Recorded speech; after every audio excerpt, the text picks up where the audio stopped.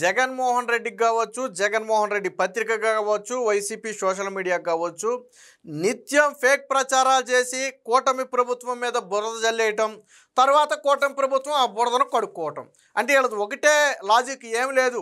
బట్టగాల్చి మొహం మీద పడేస్తే వాళ్ళు సవాళ్ళు చేస్తారు. మనం ప్రతిసారి ఫేక్ ఎలిగేషన్ చేస్తే వాళ్ళు కాదు అని చెబుతూనే ఉంటారు. దీనివల్ల ఇతర విషయాలు డైవర్ట్ చేయొచ్చు. సో ఇది వైఎస్ఆర్సీపీ ఆడుతున్నటువంటి ప్రధాన డ్రామా.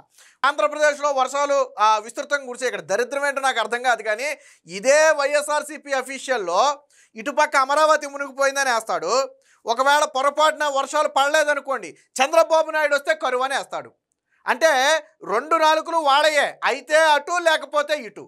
కురిస్తేనేమో అతివృష్టి అని రాస్తారు, కుడవపోతేనేమో అనావృష్టి అని రాస్తాడు.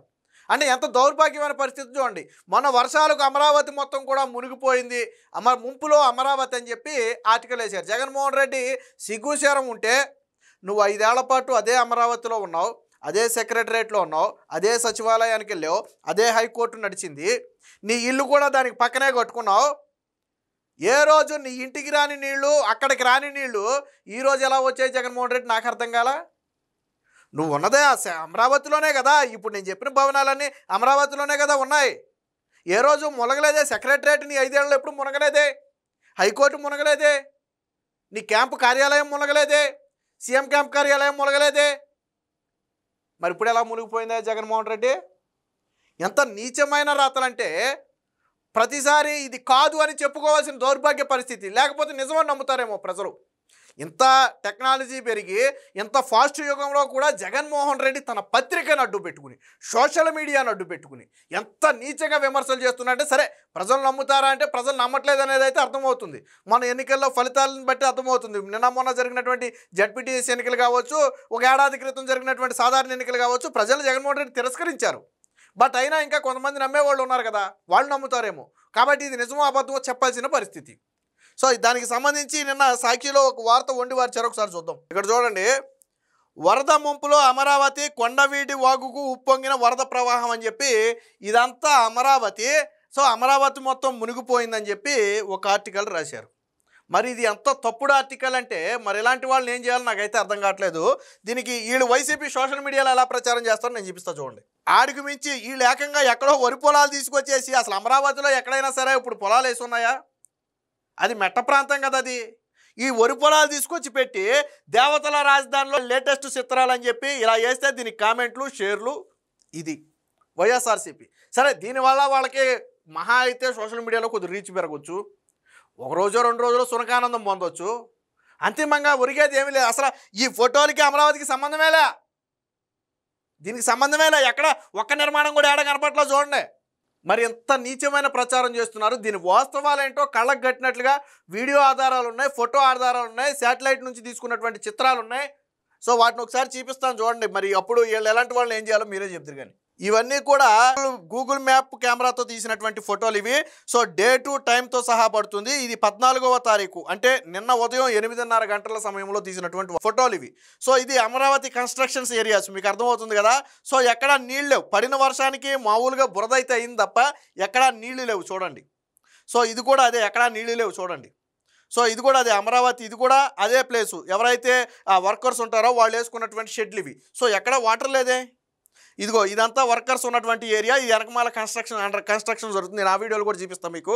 కన్స్ట్రక్షన్ జరుగుతుంది చూడండి. ఎక్కడ వాటర్ లేదే, రోడ్లు బాగానే ఉన్నాయి, ప్రజలు నడుస్తున్నారు, బళ్ళు వెళ్తున్నాయి. దీనికి ఒక వీడియో కూడా ఉంది, ఒకసారి చూపిస్తా చూడండి. ఈ వీడియో చూడండి. ఈ వీడియో చూస్తే మీకు చాలా స్పష్టంగా అర్థమవుతుంది. ఇది నిన్న సాక్షిలో మునిగిపోయింది అమరావతి అనే వార్త వచ్చిన తర్వాత తీసినటువంటి వీడియో. ఒకసారి చూడండి. ఈ బండి మీద వెళ్తా తీశారు, చూడండి ఒకసారి. వినండి ఒకసారి. క్లియర్ చేశారు. అలానే ఇక్కడ చూస్తున్నారు కదా, ఇక్కడ ఏపీసీఆర్డీ బిల్డింగ్ దగ్గర పనులు అయితే చక్కగా జరుగుతున్నాయో, ఈ పనులు అనేది ఎక్కడ ఆపలేదండి. విన్నారు కదా, సిఆర్డీఏ బిల్డింగ్ వద్ద స్టిల్ పనులు జరుగుతున్నాయి. నిన్న ఈ వీడియో తీసే సమయానికి, అంటే 14వ తారీఖున ఏదో ఒక సమయానికి పనులు అయితే జరుగుతున్నాయి. మీకు ఎక్కడైనా సరే వరద కనపడిందేమో, సాక్షిలో వేసారు కదా, నీళ్ళలో మునిగిపోయినట్టు వేసారు కదా మొత్తం. వాళ్ళు వైసీపీ సోషల్ మీడియాలో ప్రచారం చేశారు కదా మొత్తం మునిగిపోయిందని. మరి ఎక్కడైనా మునిగిపోయిందేమో, మునిగిపోతే పనులు ఎలా చేస్తారు నాకు అర్థం కాలేదు. మునిగిపోయిందేమో ఒకసారి చూడండి, మీకు పనులు చేసే వాళ్ళు కూడా కనపడతారు.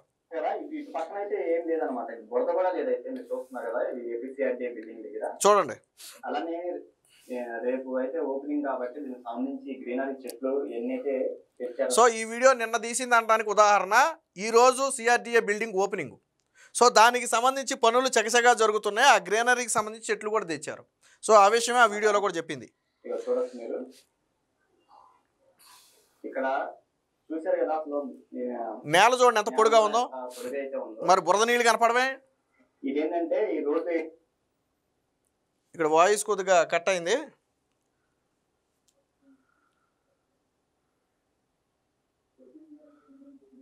వాయిస్ కొద్దిగా లో అయింది. చూడండి ఇక్కడ పనులు జరుగుతాయి. పనులు మొత్తం మీకు కనపడతాయి. పనులు చేసే వాళ్ళందరూ మీకు కనపడతారు. చూడండి ఇదిగోండి, జేసీబీలు పనులు చేస్తున్నాయి, వర్కర్లు పని చేస్తున్నారు. వాళ్ళందరూ గ్రౌండ్ ఫ్లోర్లోనే చేస్తున్నారు భూమి మీద.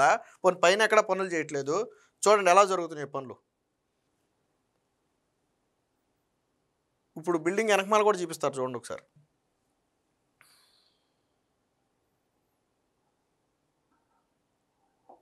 సో ఇది బిల్డింగ్ వెనకమాల జరుగుతున్న బిల్డింగ్ వెనకమాల చూడొచ్చు మీరు. సిఆర్డిఏ ఏదైతే అధికారుల క్వార్టర్స్ ఉన్నాయో, ఐఏఎస్ ఐపీఎస్ క్వార్టర్స్ అవి.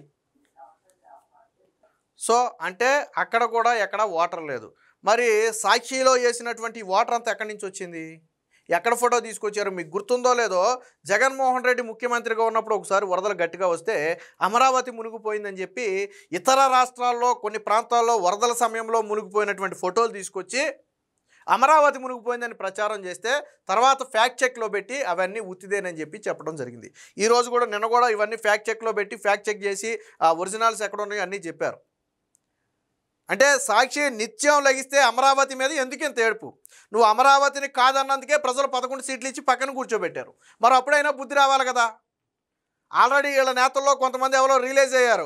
అమరావతిని నిర్మించి ఉంటే బహుశా మేము గెలిచేవాళ్ళమేమోనని చెప్పి కొంతమంది వైసీపీ నేతలు భావిస్తున్నారు. అంటే జగన్మోహన్ రెడ్డి తీసుకున్నటువంటి నియంతృత్వ నిర్ణయాలే ఈరోజు జగన్మోహన్ రెడ్డిని అధపాతాళానికి దొక్కేశాయి.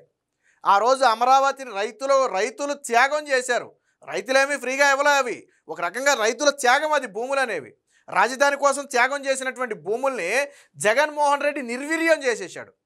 నిర్మాణాలు జరగనివ్వలేదు, రైతులకు చెల్లించాల్సిన కౌలు చెల్లించలేదు, వాళ్ళకి అందాల్సిన అదనపు బెనిఫిట్లన్నీ క్యాన్సిల్ చేశారు, వాళ్ళకి ఇచ్చే పింఛన్ ఏదైతే ఉందో దాన్ని నిలిపివేశాడు.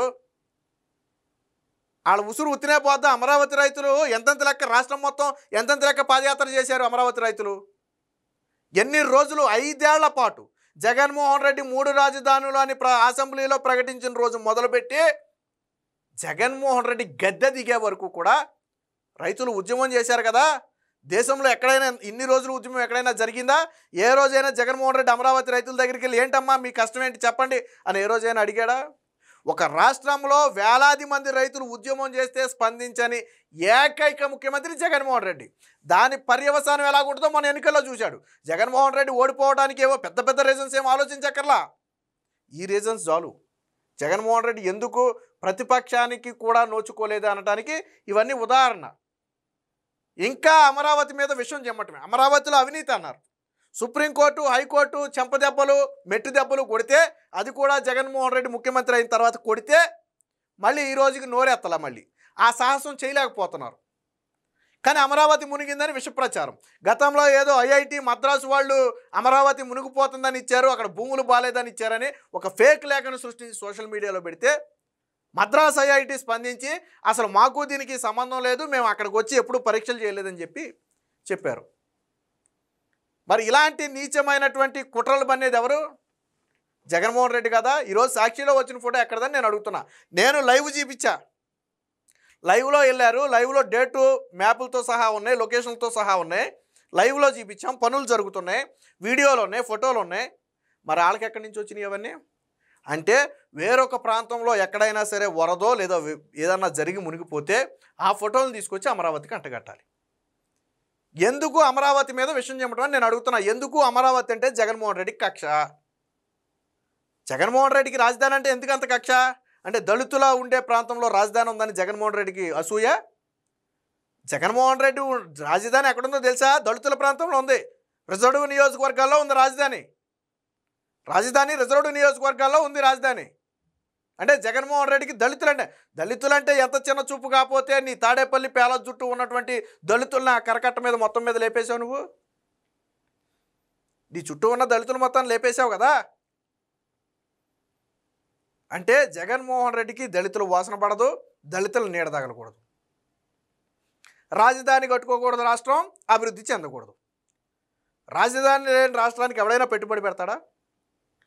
గతంలో ఒక హైకోర్టు జడ్జి న్యాయమూర్తి ఆవేదన వ్యక్తం చేశాడు. మా అమ్మాయి పక్క రాష్ట్రంలో చదువుకుంటుంది, వాళ్ళ ఫ్రెండ్స్ ఎగతాళి చేస్తున్నారంట మీ రాష్ట్రానికి రాజధాని లేదని అని ఆయన ఒక సమావేశంలో చెప్పి బాధపడ్డాడు. ఆయన ఎవరికైనా బాధ కలుగుతుంది కానీ జగన్మోహన్ రెడ్డికి బాధ కలగదు. ఎందుకంటే ఆయనకి రాజధానితో పని లేదు, ప్రజలతో పని లేదు, అభివృద్ధితో అంతకంటే పని లేదు. ఆయనకు ముఖ్యమంత్రి పదవి కావాలి, దోచుకోవటం కావాలి, ఈ రెండు ఉంటే చాలు. ఎప్పటికైనా సాక్షి కొద్దిగా మారండి, ప్రజలు తిరస్కరిస్తున్నారు.